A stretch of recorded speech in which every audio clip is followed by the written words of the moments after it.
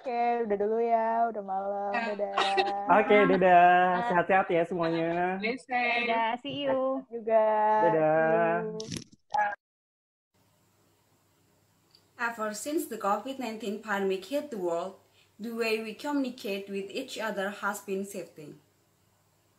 25 years old Dina Arti Nobianti has not visited her parents in Garut, West Java for several months now.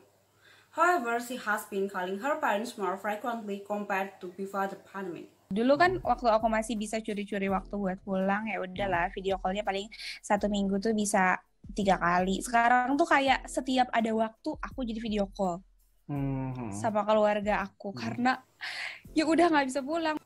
With the pandemic showing no sign of receding in the near future, we are still likely to rely on virtual meetings to interact with others. However, some limitation might keep us from regularly communicating with our loved ones, such as signal disruption. Biasanya orang-orang tuh kalau misalkan di video call mereka tuh nggak bener-bener banyak yang diceritain tuh. Karena kita juga harus gitu, kita tuh harus adjust waktu kita kan. Misalkan ya udahlah video call ya, ayo gitu kita video call. Tapi kadang-kadang mereka ada interupsi apa. Tapi kalau misalkan ketemu langsung, itu tuh mau nggak mau pasti ya kesannya tuh beda. Mau nggak mau apa yang lebih gimana ya, lebih anget aja gitu loh. Kalau ini tuh cuman sekadar ya udahlah gitu video call, terus diceritain apa aja, kayak cuman highlightnya doang gitu yang mereka ceritain. Psychologist Baby Jim Aditya is aware of the drawback of virtual meetings. She explained that there was no energy exchange during virtual interactions. Karena dalam pertemuan virtual memang emosi berupa ekspresi terlihat, tapi rasanya kurang gitu ya. Dan dalam komunikasi kan kita tahu bahwa komunikasi itu bukan hanya verbal atau kata-kata.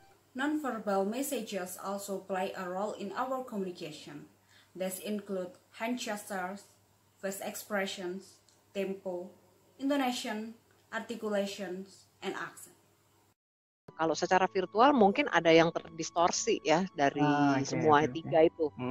Mungkin karena jarak ya, karena mungkin jaringan tidak begitu sempurna sehingga ekspresi itu tidak seluruhnya tertangkap misalnya, atau gesture nggak seluruhnya kelihatan kan. Virtual interactions might cause people to feel more lonely. But Baby said it is not so different from face-to-face interaction where we can feel lonely too despite being in the middle of a crowd. Kita kumpul-kumpul sama teman kita di warung kopi, ber-6, ber-8, ber-10, tapi masing-masing sibuk sama handphonenya masing-masing. Kita sibuk sama yang jauh, instead of sibuk sama yang deket kita. Mbok bertegur sapa, lu tadi gimana? Gimana kerjaan lu? Gimana ini itu? Enggak tuh. So, kenapa kita mesti ketemu secara fisik dong? Capek-capek, macet-macet ya, kalau menurut Mbak Baby. Dan actually, at the end kita merasa we are so lonely gitu, lonely in the crowd. COVID-19 hasn't only shifted ways of communicating but also our daily habits. Before the pandemic, there was a frequent coffee shop visitor. Persis di sebelah Plaza Senayan, jadi sebenarnya hampir tiap hari nongkrong. Karena sekedar ngopi ke Starbucks atau ke food court atau ke restoran, dan itu juga kadang bosku tuh tipikal orang yang laid back kan, jadi dia sebenarnya lebih suka ngobrol-ngobrol santai, ngomongin soal kerjaan secara nggak serius, sehingga kita lebih sering makan siang di luar. Jadi kalau seminggu bisa dikatakan 3-4 kali, ya hampir tiap hari. Dan tentunya selama pandemi itu berarti kultur makan-makan itu hilang gitu ya, Dea? Makan-makan di luar itu tentunya. Iya, benar-benar hilang.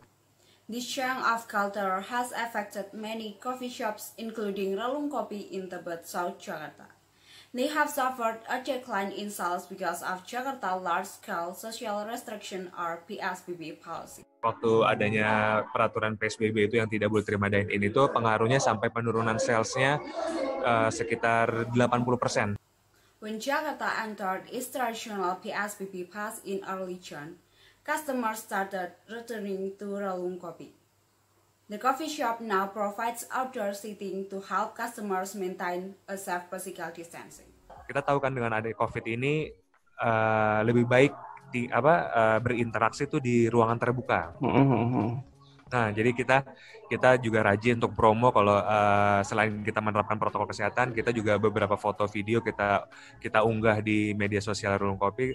Kalau ini loh beberapa spot di Rulung Kopi yang banyak sirkulasi udaranya, yang banyak ruangan terbukanya dan ruangannya spacious juga di indoor. Kita kasih lihat foto atau apa yang berjarak, jadi orang mudah-mudahan merasa nyaman, tidak takut untuk datang ke Rulung Kopi, dan kita mastiin orang yang di Rulung Kopi itu harus memakai masker, kita pengecekan suhu tubuh, sanitizer.